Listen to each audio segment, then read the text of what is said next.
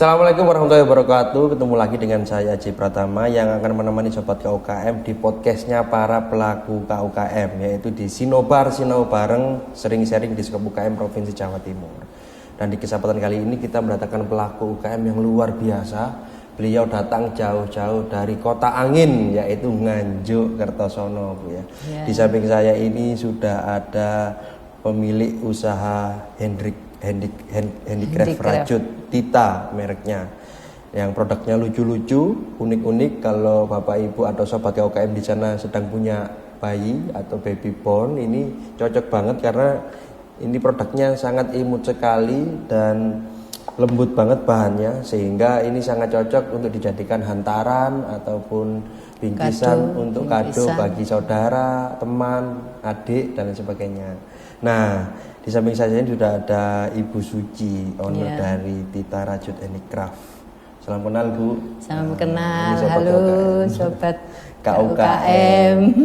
Nah, di kesempatan kali ini Sobat KUKM sudah pada penasaran nih, Bu. Kira-kira sukses story-nya itu seperti apa, dan jatuh bangunnya membangun usaha handicraft rajut ini seperti apa, mulainya kapan, dan kenapa Ibu Suci ini tertarik menjalani usaha ini, kira-kira seperti apa?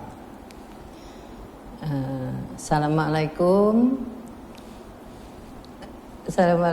Sobat KUKM. Saya Ibu Suci, perkenalkan dari Nganjuk. Perkenalkan, nama saya Ibu Suci dari Nganjuk. Saya memulai usaha ini awalnya dari coba-coba saja.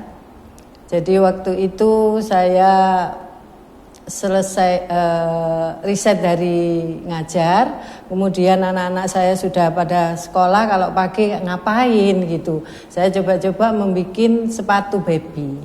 Awalnya begitu. Saya membuat sepatu baby tidak seperti ini, tidak secantik ini dulu. Jadi biasa saja. Modelnya juga enggak secantik ini, dipakainya juga kurang pas gitu. Kemudian saya coba-coba, saya bikin enggak hanya 1 tapi 10. Kemudian saya cobakan ke ponaan, ke cucu, ke anak tetangga, pokoknya yang punya baby, saya kasihkan, saya paskan di sepatunya, di kakinya. Ternyata kok enak katanya, kok apa? Dipakainya tuh enak, terus nyaman gitu katanya orang-orang gitu. Kemudian saya berpikir, saya pulang, saya berpikir apa sepatu ini ya saya bikin, saya coba, saya tawarkan di baby shop di sana. Waktu itu di daerah di Probolinggo, nggak apa-apa nyebutkan. Awalnya saya di Probolinggo, saya tawarkan di baby shop yang terbesar di sana, saya coba bikin 10. Kemudian di sana kok belum sampai 2 minggu ya, nggak sampai 1 bulan gitu, sudah ditelepon, kemudian habis katanya, sisa 1 gitu. Terus saya gini loh, kenapa saya nggak kok laku ya gitu waktu itu. Kemudian saya coba lagi bikin, saya perbaiki sampai sepatu ini lebih cantik lagi, lebih bagus lagi. Kemudian akhirnya saya bikinlah sepatu ini, saya tawarkan ke baby shop di kota-kota besar. Akhirnya saya waktu itu mempunyai 7 baby shop di Surabaya, 3 baby shop di Malang, ada yang ya di kota-kota di kota-kota seperti Singosari dan sebagainya, kota-kota besar ya. Kemudian berjalannya waktu, saya ada yang pesan, kenapa nggak bikin yang lain seperti dompet seperti ini, kemudian macam-macam lah ya. Kalau ini baru ini ya, ini namanya amigurumi. Ya. Kemudian saya coba bikin dompet, kemudian saya titipkan juga di toko-toko. Kemudian pada tahun 2019, saya awalnya membuat itu tahun 2010. Oh, sudah lama sekali ya? Iya, itu awalnya itu saya dulu bukan rajut sebetulnya.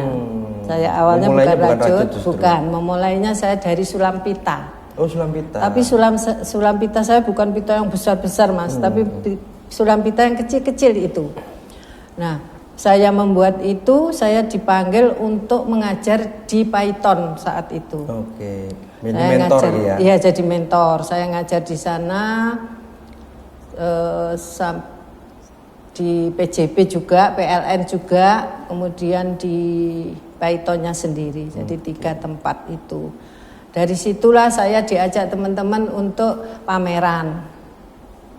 Loh, saya ini kan masih belum bikin terlalu banyak gitu waktu itu.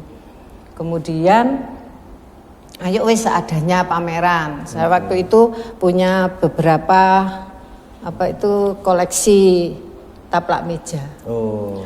Begitu saya bikin taplak meja, ternyata ada pembeli yang istilahnya itu saya sangat seneng itu jadi langganan saya. Berapapun yang ada di rumah saya itu mesti diambil, dibeli. Saya pernah punya pembeli seperti itu.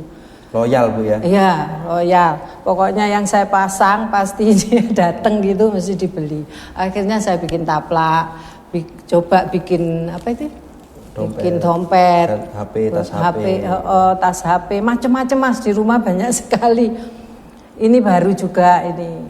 Akhirnya saya pelajari semakin majunya teknologi ya. Iya.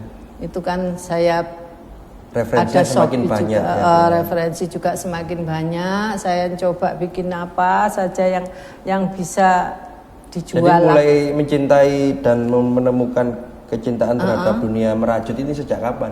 Karena kan nggak mungkin langsung nih punya bakat.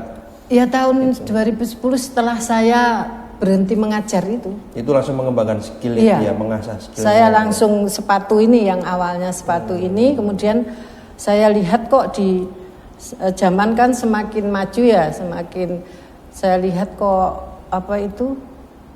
di situ kok ada dari luar negeri terutama ya. Sebetulnya suami saya yang awalnya gini, coba saya carikan yang dari luar aja lebih bagus, referensinya di situ. Kemudian saya dari situlah saya kembangkan sendiri, saya buat sendiri. Saya nggak niru, ya istilahnya niru tapi nggak plek tau Mas. Memodifikasi. Iya, saya modifikasi sendiri, saya buat sendiri gitu. Akhirnya saya juga lihat-lihat di situ kok banyak macamnya, ya itulah akhirnya saya bisa bikin tas macam-macam, ada tas, ada baju, taplak meja dan sebagainya. Oke, jadi kuncinya memang Sobat KUKM apabila teman-teman di luar sana itu mempunyai bakat dan itu harus dikembangkan, maka itu bisa dijadikan landasan untuk memulai suatu usaha dan bisnis. Iya, betul. Harus rajin, harus konsekuen, harus telaten. Nah, itu kuncinya teman-teman. Dan ini resep yang wajib dilakukan oleh para perajin, terutama rajutan. Oke. Satu lagi harus belajar terus untuk mengembangkan itu sambil belajar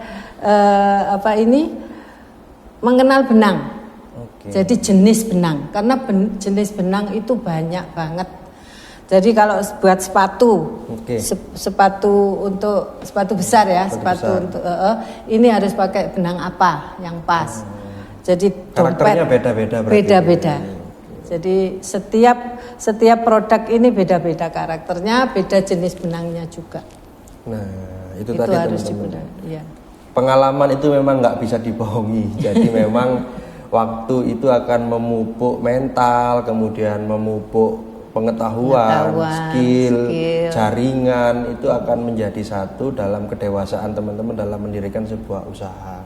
Nah, Bu Suci ini adalah salah satu contoh bentuk pengrajin sekaligus pebisnis yang berpengalaman puluhan tahun, memulai dari nol, dengan ketekunan, dengan kerajinan, dan mungkin dengan kesabaran, keuletan barangkali itu bisa membawa Bu Suci ini memiliki brand, yaitu Tita. Nah, sejak kapan mempunyai merek sendiri ini? Brand ini saya mengajukan brand ini tahun 2001. Kemudian 2019 ya. 1919 ya. 2019 atau Iya, 1999. 1919. Kemudian tahun 2003 ini baru keluar nih sebetulnya. Mereknya berarti 2003 ya? Iya, baru Sejak Titan. 99. Dulu saya pakai nama Rajutan Api. Saya kira Oke. banyak sudah mengenal Rajutan Api di Mensos, Ya. ada di YouTube, di IG ada. Mungkin teman-teman sudah mengenal Bu Suci. Karena saya juga bergabung di ARI, Asosiasi Rajut Asosiasi Indonesia, Rajut Indonesia. Jawa Timur juga terutama. Nah itulah teman-teman, kalau memang teman-teman itu mempunyai skill dan yang disampaikan tadi bahwa dimanapun Anda ditempatkan maka di situ akan ada kebermanfaatan, Bu ya. Iya. Nah pasti. ada pertanyaan lagi nih Bu, Iya, kira-kira. Kan pasti itu tadi kan jatuh bangunnya, Iya. otomatis kan Ibu pernah mengalami kegagalan, Iya. pasti mengalami hal yang tidak mengenakan, sepi Iya. itu kan pasti ada masanya, Pasti, Bu ya. oh. Apalagi kan sekarang itu era digital. Dan mohon maaf biasanya kan orang-orang yang generasi kolonial bukan Ya, generasi milenial itu kan agak agak sulit mempelajari dan beradaptasi terhadap dunia digital. Iya. Nah, apa yang sudah jenengan lakukan selama ini dalam melakukan pemasaran rajut Tita ini? Ya. Saya mulai mengawali untuk pemasaran ini, saya berpikir kalau saya sendirian nggak mungkin bisa. Oke. Nggak mungkin bisa mengerjakan sendiri. Jadi saya berpikir kenapa tidak saya punya kebetulan di rumah mertua saya ada madrasah. Jadi saya anak-anak madrasah biasanya kan setelah lulus dari madrasah nggak mesti terus dia meneruskan sekolah. Nah bagi anak-anak yang tidak bisa meneruskan sekolah saya ajarin. Oke. Jadi sejak dulu begitu. Jadi murid-murid yang dari sekolah mana yang tidak bisa, mari kita belajar untuk merajut. Nah dari situlah saya punya tenaga-tenaga anak-anak yang bisa membantu saya. Tapi tidak semuanya bisa terambil, tidak bisa diambil Terserap semuanya.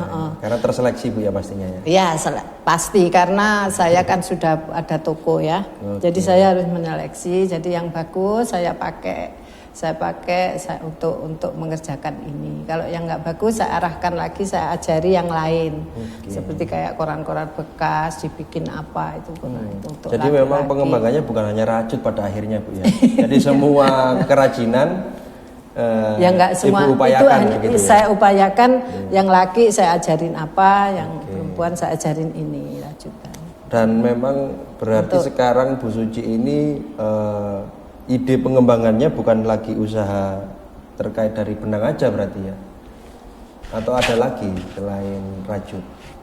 Kayak misalkan kerajinan yang lain seperti itu? Nggak ada. Nggak ada. Itu Jadi hanya fokusnya di sini ya? Iya, fokusnya saya di rajutan ini. Oke. Karena saya harus fokus, harus konsekuensi bahwa ini harus bisa dikembangkan menjadi apapun. Jadi rajutan ini bisa dikembangkan menjadi bisa untuk baju ya, kain dirajut juga bisa untuk baju. Sayangnya ini saya masih membikin, jadi masih proses, masih mendesain. Jadi nanti kain ada rajutnya, jadi baju. Kombinasi, ya? Saya kombinasi kain, kemudian. Kalau misalkan ini sobat KUKM yang tertarik pengen belajar Bu, kan otomatis kan banyak nih. Karena kan ini kan membutuhkan skill khusus, kesabaran khusus. Ada nggak jaringan atau tempat untuk belajar kepada Bu Suci langsung barangkali, atau mungkin Ibu ada kelas privat untuk melakukan proses belajar gitu? Kalau untuk belajar dasar, khususnya di daerah Nganjuk, dulu di Probolinggo saya sudah mempunyai komunitas ya. Kebetulan saya yang dijadikan ketua sama ibu-ibu, saya punya komunitas. Tapi sekarang karena saya di Nganjuk, saya juga ingin membuka free untuk dasar-dasar membuat rajutan. Di Nganjuk ya? Ya, di Nganjuk ini nanti. Kontak personnya ada nggak Bu? Kalau barangkali pengen ke tempat jenengan gitu, alamatnya di mana, menghubungi siapa begitu? Alamat saya di Jalan Urip Sumoharjo nomor 10 Desa Kudu, Kertosono, Kabupaten Nganjuk.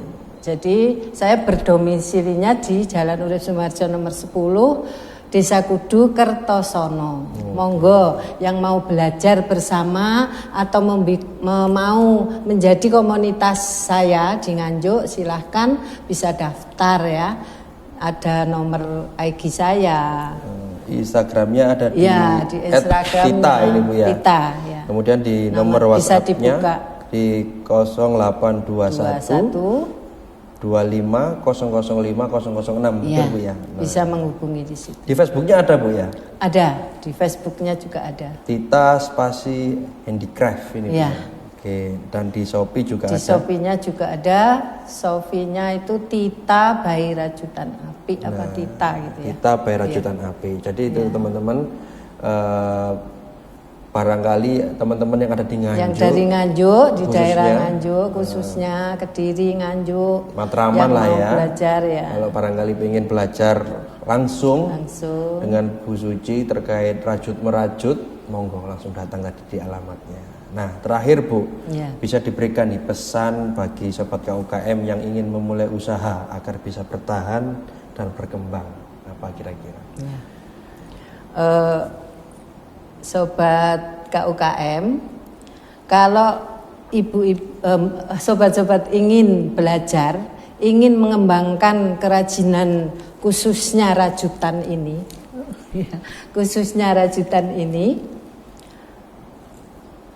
bisa belajar sekarang ini di Mensos, di YouTube, di mana ya? TikTok banyak sekali. Banyak sekali bisa dilihat cara membuat rajutan itu bagaimana, yang bagus bagaimana, pakai benang apa tepatnya, itu ada di situ juga. Jadi sobat KUKM, jangan khawatir, sekarang ini gampang sekali kita mempelajari atau ingin belajar untuk mengembangkan rajutan ini. Untuk saya, pengalaman saya, yang paling sulit adalah pemasaran. Karena setelah ini sudah mengenal ya, sudah mengenal bahannya harus bagaimana, itu penting sekali. Karena kalau kita buat dompet, kalau bahannya nggak tepat, itu nggak bagus, nggak awet. Lekuannya juga nggak pas. Iya, nggak awet barangnya. Rajutan ini awet banget loh, sampai bertahun-tahun. Bisa diwariskan Bu ya? Bisa diwariskan. Dan saya sukanya di situ. Rajutan ini memang mahal ya. Kesannya aja mahal, tapi buktinya saya bisa bikin dompet ini dengan harga 10.000, 15 itu bisa. Jadi kita harus bisa menyiasati ya, benang, kemudian dengan harga yang tidak terlalu mahal, kemudian itu bisa dipelajari saya kira. Jadi dengan otodidak itu bisa dipelajari dan bisa dilakukan, kita bisa melakukan itu. Berarti itu Bu ya, kuncinya itu kita harus mau terus mengembangkan, terus belajar, telaten, cari, harus telaten. Kemudian konsekuensinya memang tidurnya berkurang karena kita harus mengembangkan itu terus. Orang atau ibu-ibu yang mempunyai kesenangan merajut ini ya ibu-ibu yang sudah pensiun. Oh, tidak. Ibu saya kan barusan pensiun juga merajut. Akhirnya mempelajari merajut pada akhirnya. Dan kebetulan anak saya, cucunya akhirnya dibuatkan gitu akhirnya. Gitu kan sepatu. Tapi tidak seperti itu ya. Sekarang anak-anak muda, buktinya ini ada anak Probolinggo murid saya, dulu mantan murid saya di madrasah. Dia sudah lulus dari SMK. Dia mencari saya. Ada beberapa murid saya dari Probolinggo, Leces, mencari saya, mau ikut saya. Mau ikut, itu anaknya masih muda, lulusan SMK, jurusannya itu IT kebetulan dia. Saya tanya, dia ingin ikut saya karena mungkin terkesan dulu saya ajarin itu, dia pengen mengembangkan ini. Ya monggo, saya gitu aja. Ini semuanya tergantung dari Keinginan ibu masing-masing, sendiri, keinginan ya. masing-masing, monggo dikembangkan. Sekarang itu banyak sekali di Mensos, bisa belajar di situ. Oke. Nah, Tapi kalau mau belajar sama saya, monggo belajar langsung sama tadi saya. ya, kontaknya Yang gitu, di daerah Nganjuk ya. nah terakhir lagi Bu, Ya. ini kan apa yang tadi Ibu sampaikan ini kan Ibu kan sudah memasarkan ke jaringan toko-toko Ya. yang lumayan besar di kota-kota. Ya. Kemudian apakah bisa nih teman-teman yang di luar sana barangkali pengen jadi reseller atau bisa pesen order itu bisa nggak sih Bu? Atau Bisa. misalkan Bu Suci saya pengen punya gambar kayak gini, Ya. bisa nggak dibuatkan? Kayak gitu-gitu. Bisa, insya Allah bisa. Bisa. Kalau mau pesen monggo, mau pesen apa? Mau pesen taplak, mau pesen apa? Tas. yang insya Allah tas-tas, dompet bisa. Tapi antri ya kadang biasanya. Antri, iya. harus Antri karena harus nggak sabar bisa. menunggu. Nggak bisa langsung cek Ini, tadi.